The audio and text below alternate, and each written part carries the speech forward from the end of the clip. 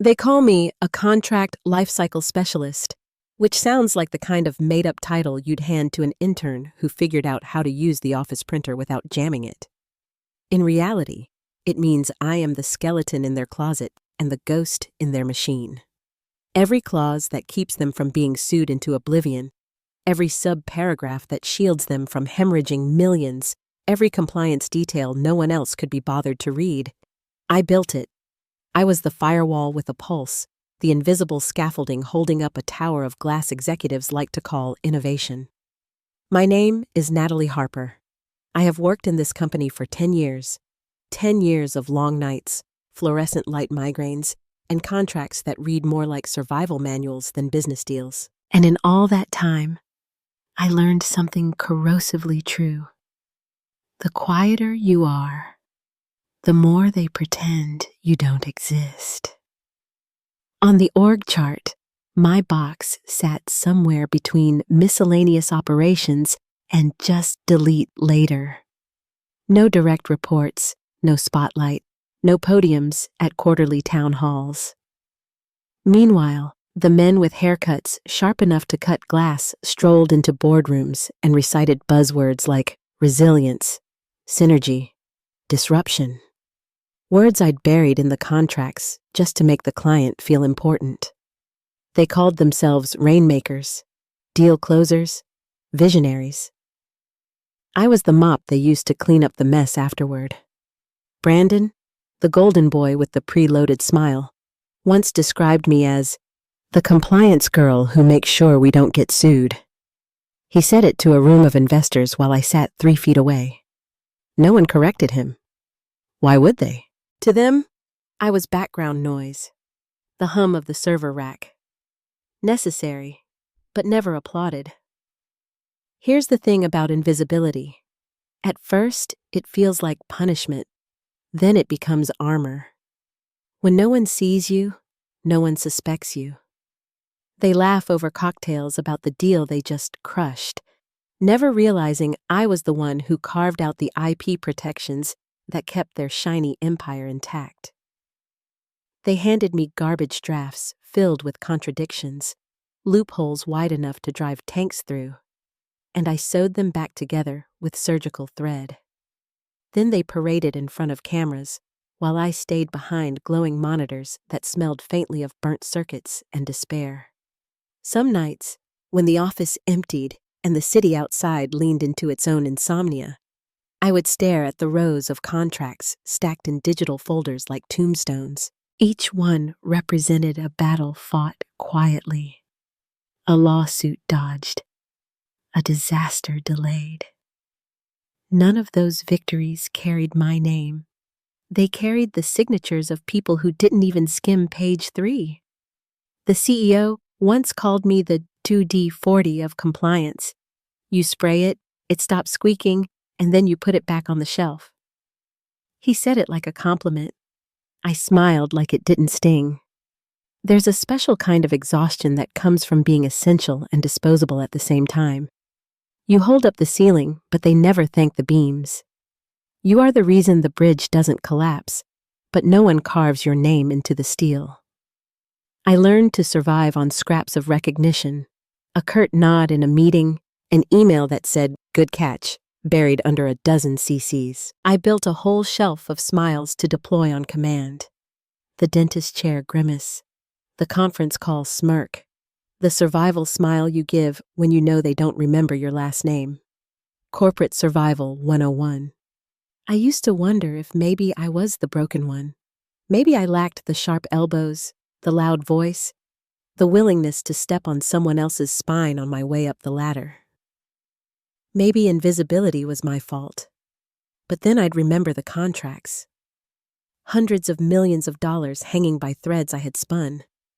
Threads no one else even noticed. If I pulled one wrong line, the whole fabric would rip apart. They thought of me as a custodian. In truth, I was the architect.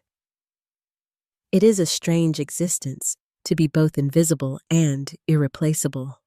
You watch people rise and fall, celebrated one quarter and discarded the next, while you remain, a constant ghost humming beneath the system.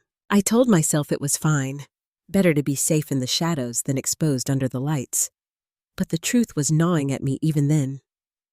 Ghosts may be unseen, but they are never powerless. And one day, if someone pushed me too far, they would learn exactly what kind of fire hides inside the invisible.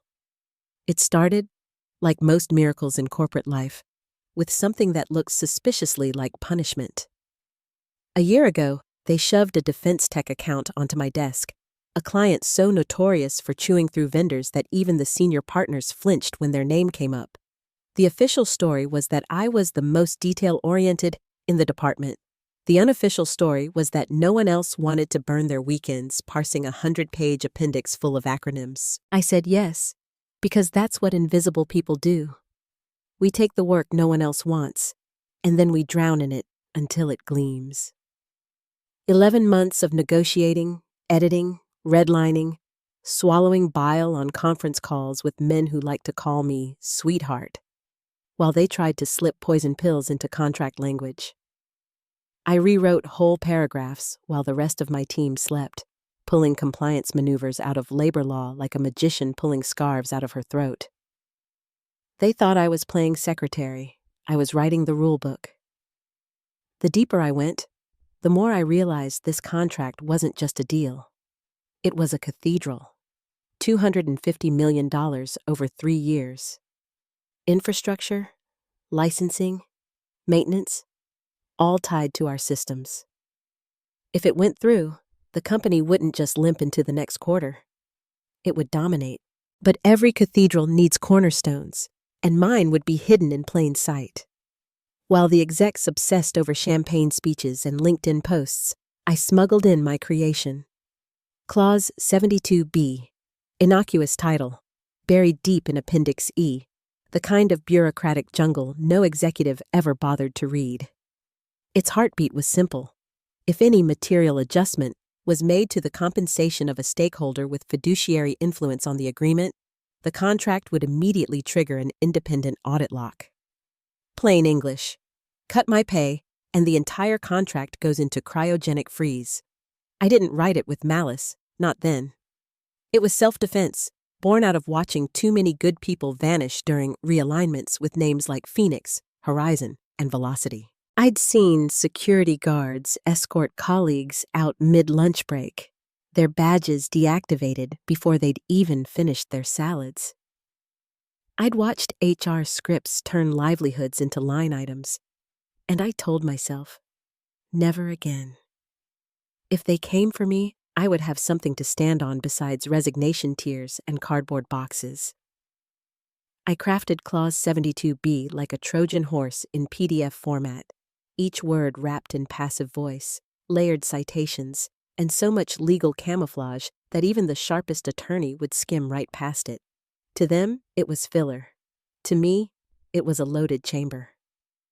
The night I finished it, the office was a mausoleum of dead monitors and humming vents. I sat there with a paper cup of stale coffee, whispering under my breath, "Protect yourself, Natalie. No one else will."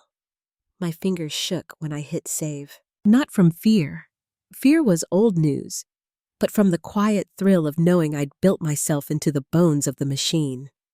I was no longer just a ghost haunting their contracts. I was a condition. And conditions, when violated, bite back. When the deal closed, the execs swarmed like bees drunk on sugar. Brandon strutted around rehearsing his victory speech. The CFO sent an all-staff memo thanking the team for their hard work, and I watched from 3 feet away, invisible as ever. They had no idea that the crown jewel of their empire came wrapped with my fuse tucked neatly inside. They thought they owned the contract. They didn't. They owned the illusion of control.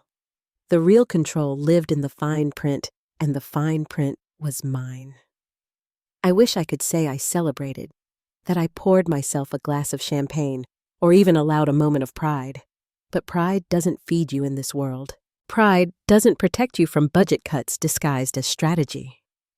Pride doesn't stop HR from smiling while they carve your paycheck in half.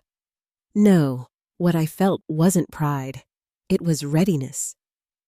I had built my parachute, and if the day ever came when they shoved me out of the plane, I knew exactly which cord to pull. When the ink dried on the $250 million contract, they threw a party that looked like it belonged to someone else's victory. The ballroom glowed with rented chandeliers, glasses of Dom spilled like liquid arrogance, and a balloon arch sagged above a banner that screamed, "We did it." Brandon stood at the center like a groom at his own wedding, holding a microphone and basking in applause that should have bounced off my name. "We couldn't have done it without the team," he grinned, gesturing vaguely toward legal, though never toward me. Never at me. I stood near the back, half hidden by a decorative ficus that had probably received more recognition than I had in a decade. The CEO gave me a nod, the kind that wasn't even a nod, more like a muscle spasm of acknowledgement, the way you might nod at a barista who remembered extra foam in your latte. The CFO clapped Brandon on the back like a proud prom dad, and someone wheeled out a cake with gold frosting. 250 mm. Baby. Phones flashed, champagne sprayed, LinkedIn captions practically wrote themselves in real time. And me? I smiled that polished porcelain smile I had perfected for moments like this, the one that looked professional on the outside but tasted like blood behind my teeth. Corporate survival wasn't about thriving. It was about gritting enamel while they passed your victories around like hors d'oeuvres. I told myself I didn't care. That invisibility was armor. That letting them celebrate was safer than demanding credit. But somewhere inside, a pulse of heat was rising. That small reminder that I had built the bones of this cathedral, and they had mistaken me for wallpaper. Then came the tap on my shoulder. Soft. Too soft. I turned and saw Leslie from HR, smiling with the kind of gentleness you reserve for guiding someone into an ambush. "Natalie, can we have a quick chat?" she said, as if we were about to discuss weekend brunch plans. She led me into the glass conference room, the fishbowl with its one-way mirrors and box of tissues that always felt like a dare. The air reeked of lemon wipes and soft cruelty. Leslie didn't sit, which was unusual. Instead, she stood tall with a manila folder clutched against her chest like a shield. "There's been a realignment," she said, tone sweet, almost musical. I blinked. "A what?" Her smile didn't falter. "A company-wide salary adjustment for non-revenue-generating roles. Effective immediately, your compensation will be reduced by 50%. The words fell like a trapdoor opening under my feet. 50%. Not phased, not gradual, just sliced in half, like my life was a spreadsheet they had over-formatted. Leslie kept going, reading from the script like it was a bedtime story. No severance, no transition, just an algorithmic guillotine dressed up as optimization. She even ended with a flourish. "We're confident you'll continue to thrive in this leaner model." Thrive, as if survival on crumbs could ever be called thriving. I felt my mouth twitch, but no words came. I didn't rage, didn't cry, didn't beg. I just smiled. That same porcelain smile I'd worn since orientation, the one that hid my calculations. They thought I was nodding in compliance, when in truth, I was hearing the click of a switch deep inside the machine. They hadn't just trimmed my paycheck. They had tugged the thread I had sewn into the foundation of the $250 million cathedral. And when you pull the wrong thread, the whole structure trembles. "Can I get a copy of the signed contract for my records?" I asked, my voice steady. Leslie chirped, "Of course, I'll send it by end of day." "Great," I replied, rising to my feet as if my spine weren't screaming. I left the glass room without looking back. Outside, the party roared on. Brandon was mid-speech about vision and disruption. Confetti guns were firing. Someone raised a toast to resilience.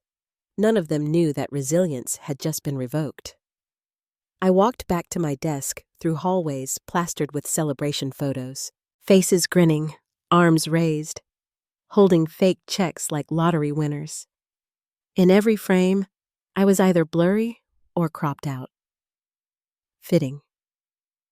I sat down, opened my drawer, and pulled out the emergency granola bar I'd kept for years.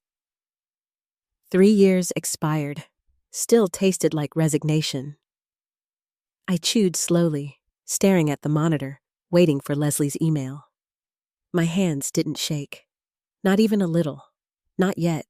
Because what they didn't know was that they had just stepped onto a minefield I had planted with my own hands. And the countdown had already begun. Back at my desk, the music from the ballroom leaked faintly through the walls, muffled bass thumping like a celebration in someone else's life. I didn't join them. I never did. Instead, I logged into the contract archive, fingers steady as if they'd been rehearsing this exact motion for years. The screen glowed pale against the dim office light, illuminating the folder that held the crown jewel. Project Sentinel, $250 million, 3 years. A monument of fine print stacked taller than anyone in that ballroom would ever bother to climb. I scrolled past signature blocks, appendices, exhibits, cross-referenced schedules, and found the line that had lived in my veins since the night I wrote it. Clause 72B. I opened it and reread every word like a prayer. In the event of material changes to the compensation structure of any stakeholder with fiduciary influence on this agreement, the contract shall enter immediate audit lock pending third-party verification. Legalese for, cut my paycheck, and your cathedral freezes in ice. The conditions were clear. My pay had just been slashed in half. They'd pulled the trigger without realizing the barrel was pointed at their own temple. I leaned back in my chair, the cheap fabric groaning under the weight of inevitability. This wasn't revenge. Not yet. It was insurance, pure and simple. They had decided my existence was negotiable. I decided their victory was too. I moved the cursor over the interface, my breath steady, the rest of the office around me oblivious. A Slack notification pinged. Brandon again, asking for a contract dashboard update. I ignored it. My hand hovered over the activation command, and then I clicked. The system didn't roar. It didn't flash sirens or collapse in fire. It hummed. A quiet shift, subtle as snowfall, a line of code waking from hibernation.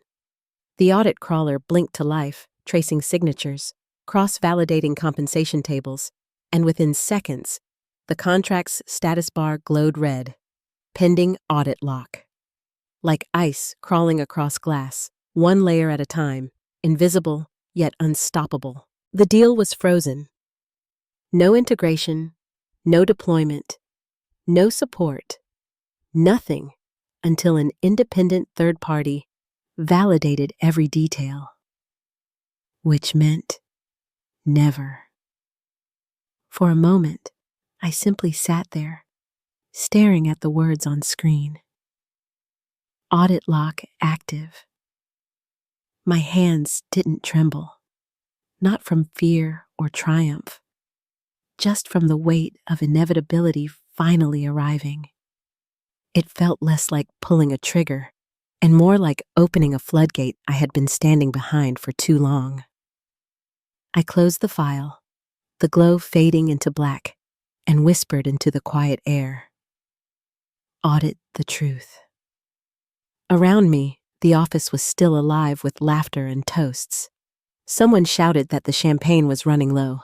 Someone else queued up a victory playlist. They had no idea the ground beneath them was already fracturing. By morning, the cracks would spread. By afternoon, they would wonder if they had stepped into a nightmare, and all of it would trace back to this quiet click in a corner cubicle where the invisible woman decided to stop being erased. I packed my things slowly. Nothing dramatic, just the essentials. A USB drive encrypted with layers of protection only I could untangle. A notebook of half-illegible scrawls no one else could interpret, and that old expired granola bar wrapper folded neatly into my bag, a relic of survival. Before leaving, I glanced once more at the screen. Status: audit lock confirmed. I walked out through the same hall where party photos lined the walls. Confetti clung to the carpet, the scent of champagne lingering like arrogance. Brandon's voice boomed from the ballroom, talking about resilience and vision, and I thought, vision without foundations is just glass waiting to shatter. Outside, the air was cool, the night buzzing with traffic, horns, and the restless heartbeat of a city that didn't care who had just signed a $250 million deal. I blended into the streets like smoke. Invisibility had always been my curse, but tonight, it was my weapon. They wouldn't see me coming. They never did. Morning came like any other, except the first glitch arrived before sunrise. At 6:12 a.m., the integration pipeline flagged an error, a mismatch between contract validation tokens and deployment schedules. By 6:45, the error had multiplied into hundreds, crawling through back-end systems like rot in the beams of a house no one inspected. By the time I opened my laptop at the kitchen table, sipping burnt coffee from a chipped mug, the dashboard was already screaming in red. Audit lock active, pending review. I didn't flinch. I'd been waiting for this day for years. The first Slack thread popped up at 7:01. A bewildered intern in IT. Why are the financial pipelines locked? Beneath it, silence. Then questions dripped in from sales ops, onboarding, and QA, each one a domino tipping into the next. Is this related to the client dashboard timing out?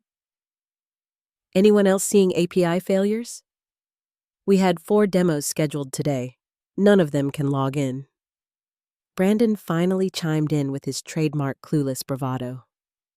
Guys, relax. Probably just a cache thing. Then, inevitably, Natalie, can you check? I minimized the thread and stared at the error logs stacking like bricks. Hundreds of blocked contract access attempts, dozens of escalation flags, thousands of failures rippling outward. To the untrained eye, it looked like a system crash. To me, it looked like a masterpiece unfolding exactly as designed. Clause 72B wasn't a fire. It was ice. It didn't burn the cathedral down. It froze it in place, locked every door, sealed every window. The client couldn't proceed, the systems couldn't breathe, and not a single executive had the keys. By 8:15, emails flooded in, subject lines pulsing with panic. Urgent, Project Sentinel halted, escalation tier 3, immediate response required, CEO loop in. I didn't open them. I didn't need to. Their desperation hummed through the subject lines alone.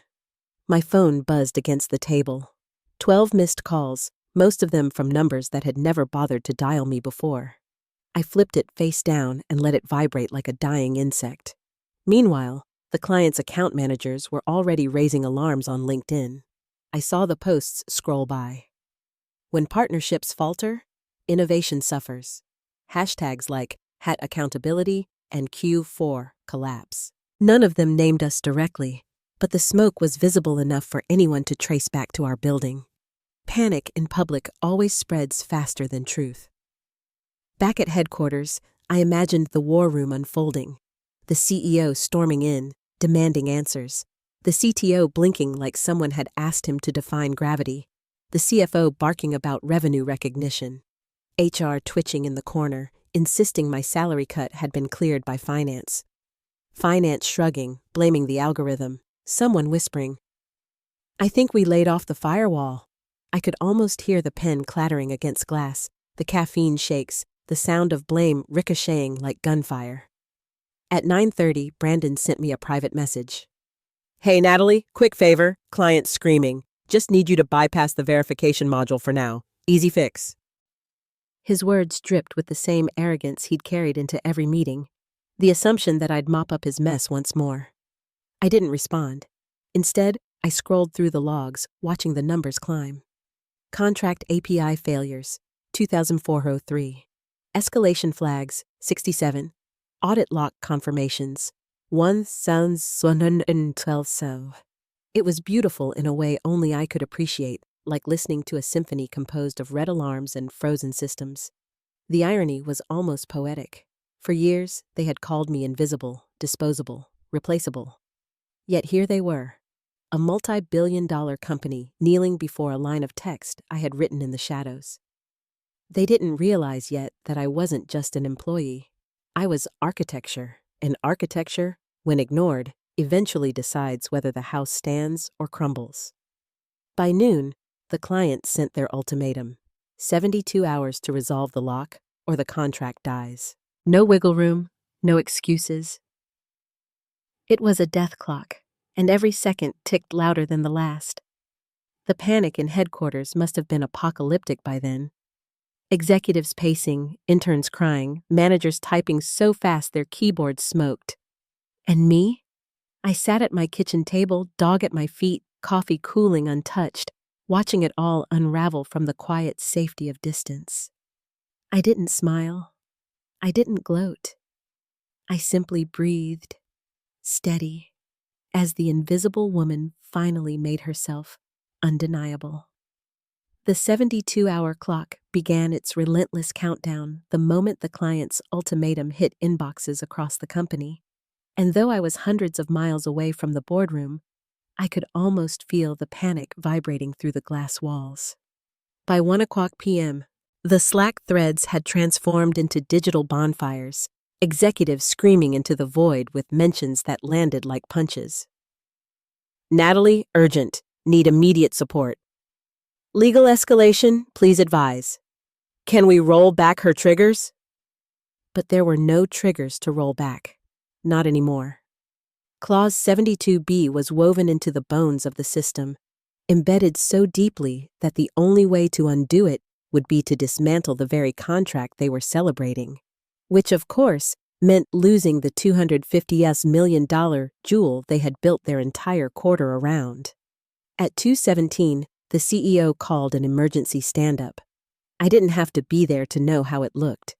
Him standing at the head of the war room, voice cracking under the weight of forced authority, barking demands like a general who had already lost the battle but didn't know it yet. The CFO blaming HR insisting finance approved the cuts, finance shrugging at algorithms, the CTO mumbling jargon no one understood.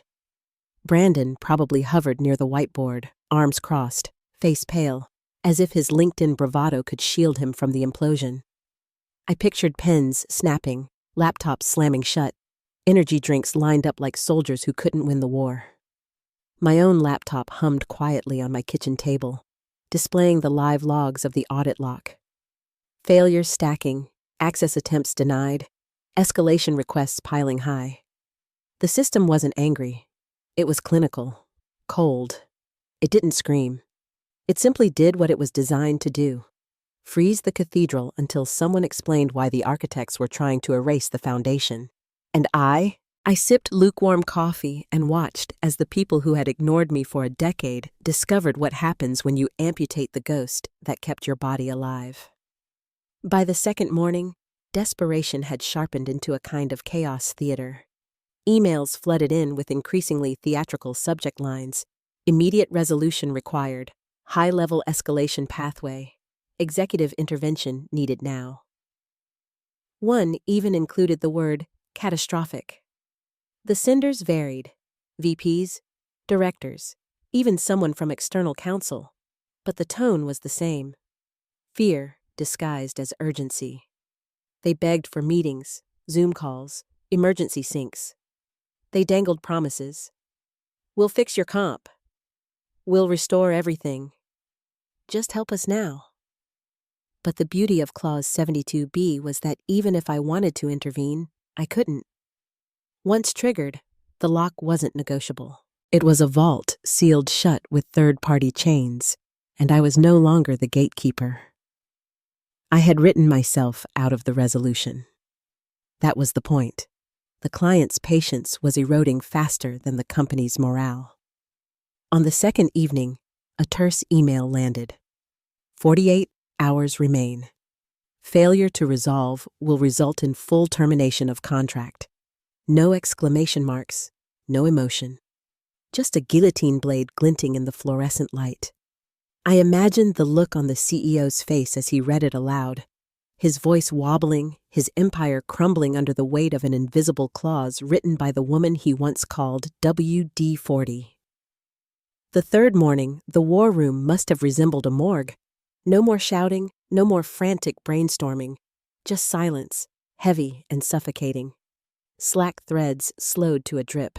Executives stopped tagging me, stopped pretending I'd swoop in to rescue them one more time. Brandon's chirpy optimism evaporated into radio silence. HR stopped emailing entirely, as if hiding behind their job descriptions could erase the mess. And finance? They were already drafting exit plans, their fingerprints smeared across the wreckage.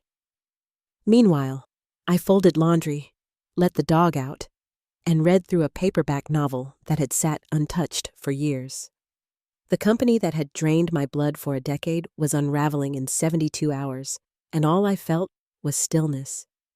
Not joy, not vengeance, not even relief, just a cool hum beneath my skin, the kind of calm that only comes when inevitability finally arrives. At 71 hours and 52 minutes, another email appeared in my inbox, this one from the CEO himself. Natalie, this isn't who we are. This isn't who I am. We value you. Always have. Let's fix this, one human to another.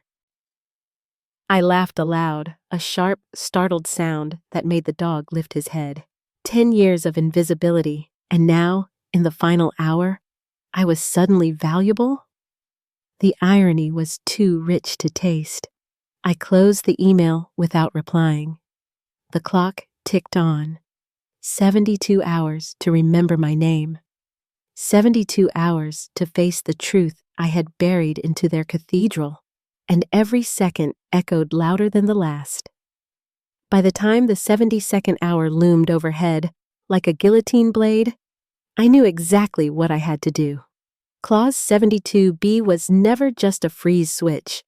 It was a stage light designed to illuminate every shadow they had spent years hiding under corporate gloss.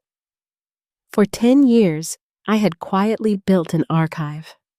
Not because I wanted to, but because survival in this ecosystem required receipts. Every rewritten performance review, every doctored bonus chart, every NDA slipped under noses with the word standard scrawled across the top.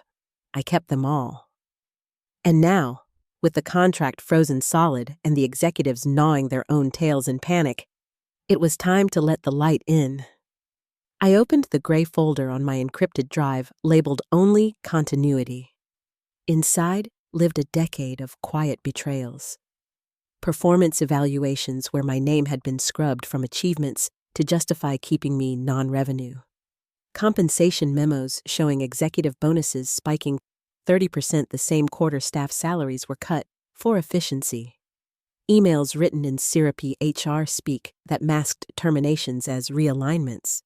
Even a spreadsheet I wasn't supposed to see, the one that listed employees by revenue to salary ratio, as if human lives could be broken down into profit margins. At the very top of that list sat my name, circled in red, tagged as non-essential.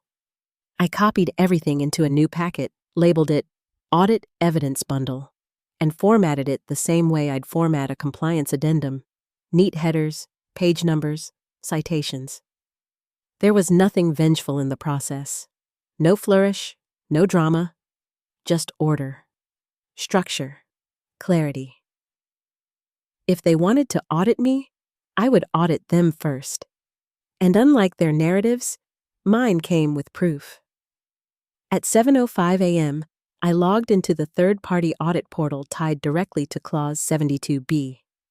The interface asked for supplemental documentation. My cursor hovered over the upload button, and for a second, I thought about mercy.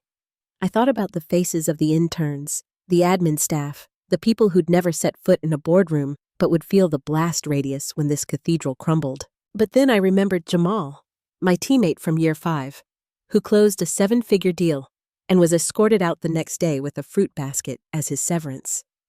I remembered Claire, whose NDA gagged her from speaking about the harassment she endured, silenced for a severance check that couldn't even cover her rent. I remembered myself, standing invisible at celebration after celebration, applauding the men who stole credit while HR quietly sharpened the knife. Mercy had been spent long ago. This was simply the bill coming due. I clicked upload. The screen blinked. Files transferred, one after another, the weight of a decade funneling into the audit system. Compliance addenda, performance logs, bonus charts, NDA scans. When it was done, the portal confirmed. Audit packet received. Verification initiated. Across town, every executive listed in those documents would now receive a notification. Their compensation structures, their signatures, their decisions were under review. Chain of custody was logged, immutable, permanent. They were locked into the same cage they had tried to trap me in. By 8:42, the first resignation hit. The VP of Operations announcing he was stepping down to pursue new opportunities. By 9:15, the CFO's LinkedIn quietly flipped to open to work. By 10:03, a deputy counsel submitted a resignation email with the line, "I did not sign up for this level of retroactive exposure." Each departure was a domino toppling under the weight of evidence they couldn't refute. Meanwhile, my inbox flooded. Pleas, bribes, veiled threats disguised as urgent cooperation requests. Legal jargon thick as fog, promises of restored salary, even apologies signed with too many exclamation points.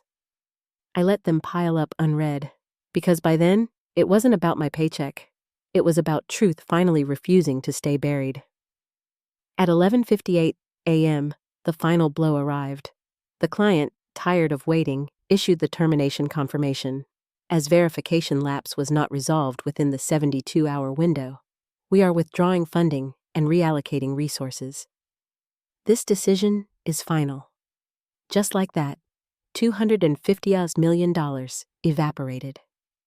The cathedral collapsed, not with an explosion, but with the quiet click of an email that stripped the empire of its crown jewel. I stared at the message, not smiling, not crying, just breathing. A decade of silence distilled into one irreversible moment. They had erased me for years, and in doing so, they had handed me the sharpest pen. And with one clause, one packet, one click, I had signed their obituary. The company didn't implode in one single blast. It crumbled piece by piece, like a skyscraper rotting from the foundation upward. The moment the client terminated the contract, silence swept through the war room, and then panic rushed back in twice as loud.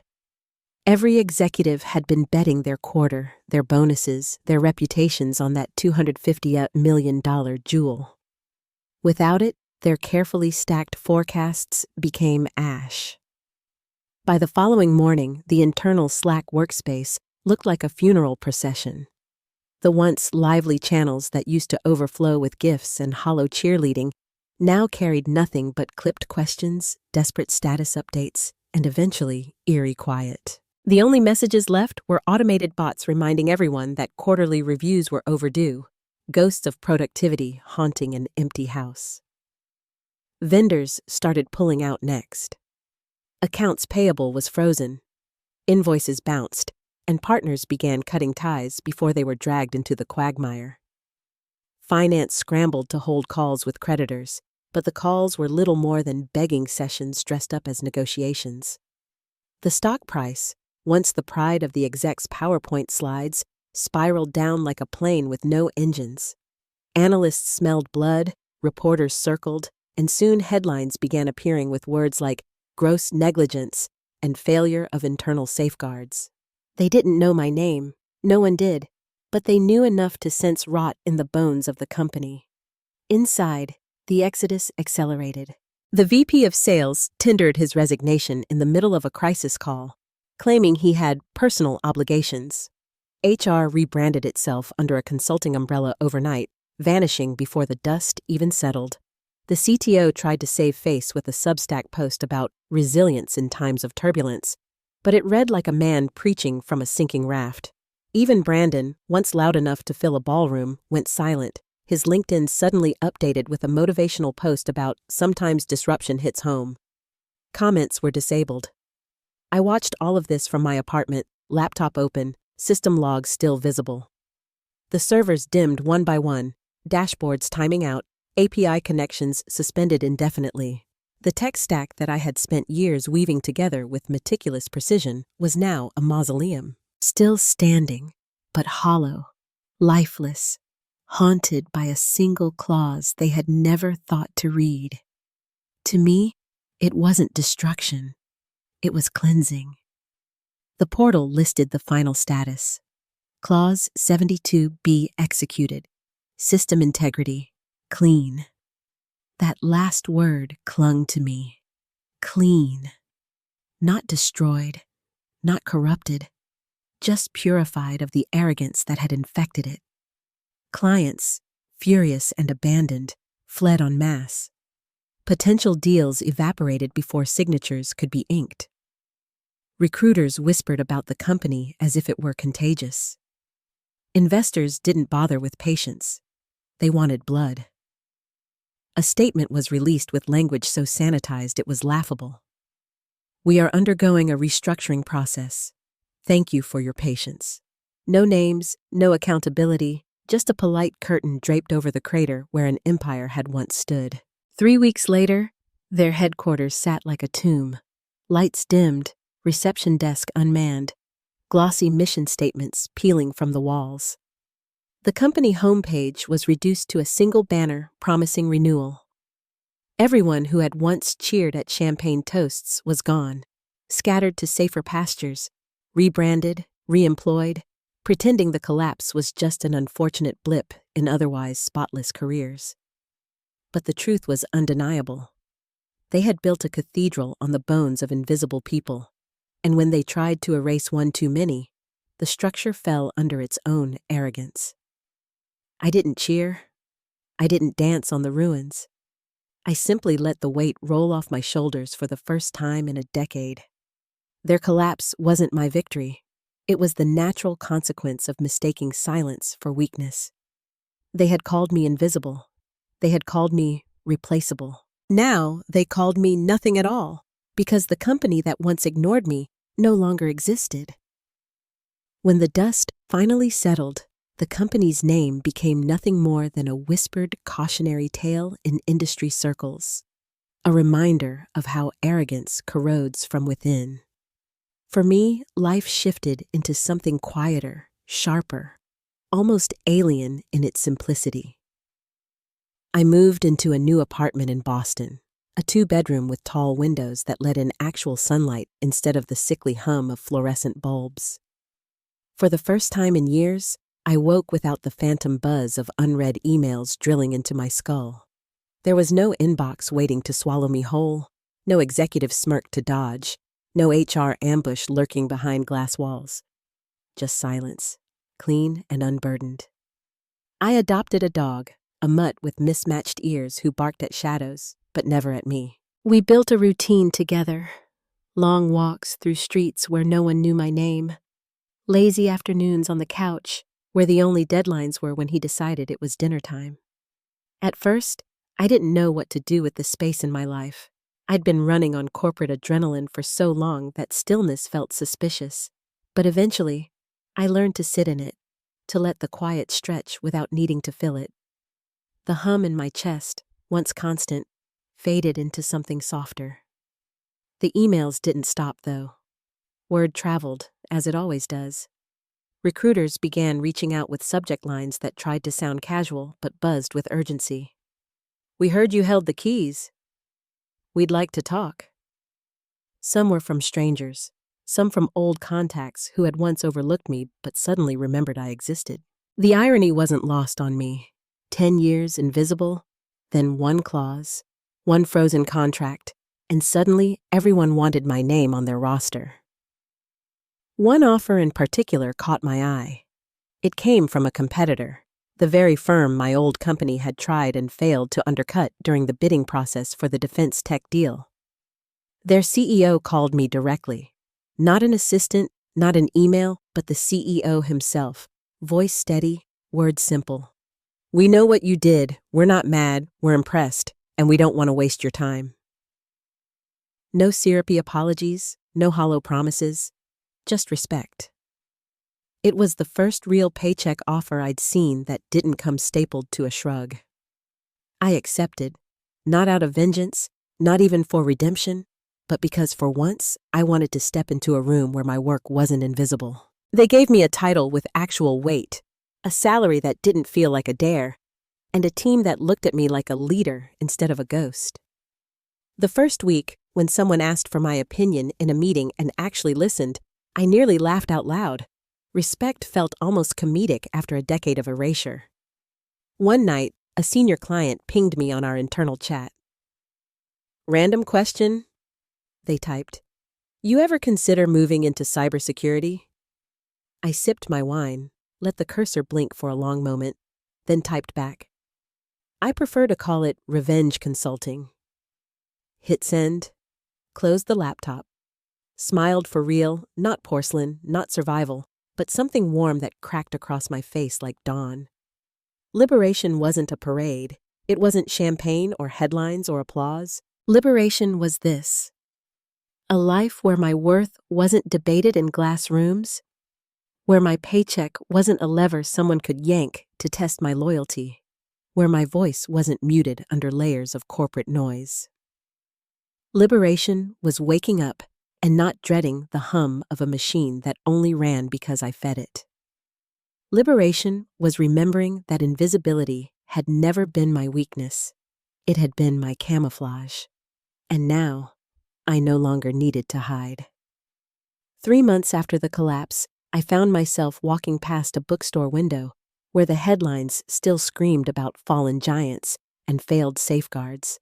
My former company's name had become shorthand for hubris in case studies, whispered in classrooms and dissected in think pieces by analysts who had once applauded their aggressive growth. None of those articles mentioned me, of course. They rarely mentioned the invisible ones, but I didn't need them to. I already knew the truth. The truth lived in the empty glass tower downtown, where their logo had been scraped off the building, leaving a ghost outline against the stone. The truth lived in the resumes flooding LinkedIn, executives now pursuing new opportunities, interns left adrift. The truth lived in the silence after a decade of noise. At my new job, people asked me to explain how it all happened, how a billion-dollar empire toppled because of a clause hidden in the back of an appendix. I always gave them the sanitized version: risk mitigation, compliance protocols, failure of oversight. But inside, I carried the unvarnished answer. Because they underestimated the wrong person for too long. They believed visibility equaled power, that the loudest voices owned the room, that the quiet ones were nothing but background. They forgot that contracts don't bend to speeches, that systems don't respond to applause, that sometimes the foundation is built by ghosts who decide, one day, to stop holding the weight. I think about that often, especially when I mentor younger analysts now. They sit across from me with tired eyes, voices shaky from trying to be heard in rooms that were never designed for them. I tell them the thing no one told me. Silence is not weakness. It's a weapon if you know how to aim it. I don't encourage sabotage, but I encourage armor. Document everything, understand the rules better than the ones who think they wrote them, and never forget that self-defense in corporate life sometimes requires sharper tools than politeness. There are nights when I still dream of the old office, of wandering those sterile hallways, of hearing Brandon's hollow speeches or Leslie's soft cruelty. In the dream, I'm always carrying a folder no one notices, walking past executives who smile without seeing me. But then the dream shifts, and the folder glows, and suddenly every eye in the room is on me. Not with dismissal, but with fear. I wake not with dread, but with a calm I never knew while I was there. Because dreams, like contracts, carry hidden clauses too. If you erase me, I return sharper. My new colleagues laugh when I call myself a consultant of revenge. They think it's a joke, and maybe in some ways it is. I don't chase vendettas. I don't hunt former bosses. My revenge is quieter, building systems with integrity, ensuring no one can be erased the way I was, embedding fairness where others would exploit loopholes. To me, revenge isn't destruction. It's reclamation. Taking back the dignity stolen by people who thought invisibility meant expendability. One evening, while reviewing an audit draft, I paused at the final line of a clause I'd written. It read, "System integrity preserved." The words pulled me back to that day, to the portal flashing clean while the cathedral collapsed. Preserved, not ruined, not annihilated, preserved. And I realized that was the real lesson. I hadn't destroyed anything. I had protected what mattered, myself, my work, my voice, against a system that had tried to erase them. Everything else had crumbled because it deserved to. So, if there's a final message in all of this, it's simple. Don't mistake silence for weakness.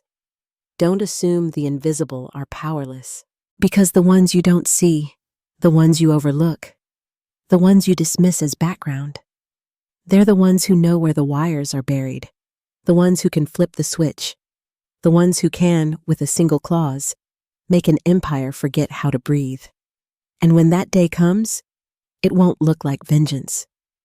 It will look like truth. And truth, once triggered, never goes back to sleep.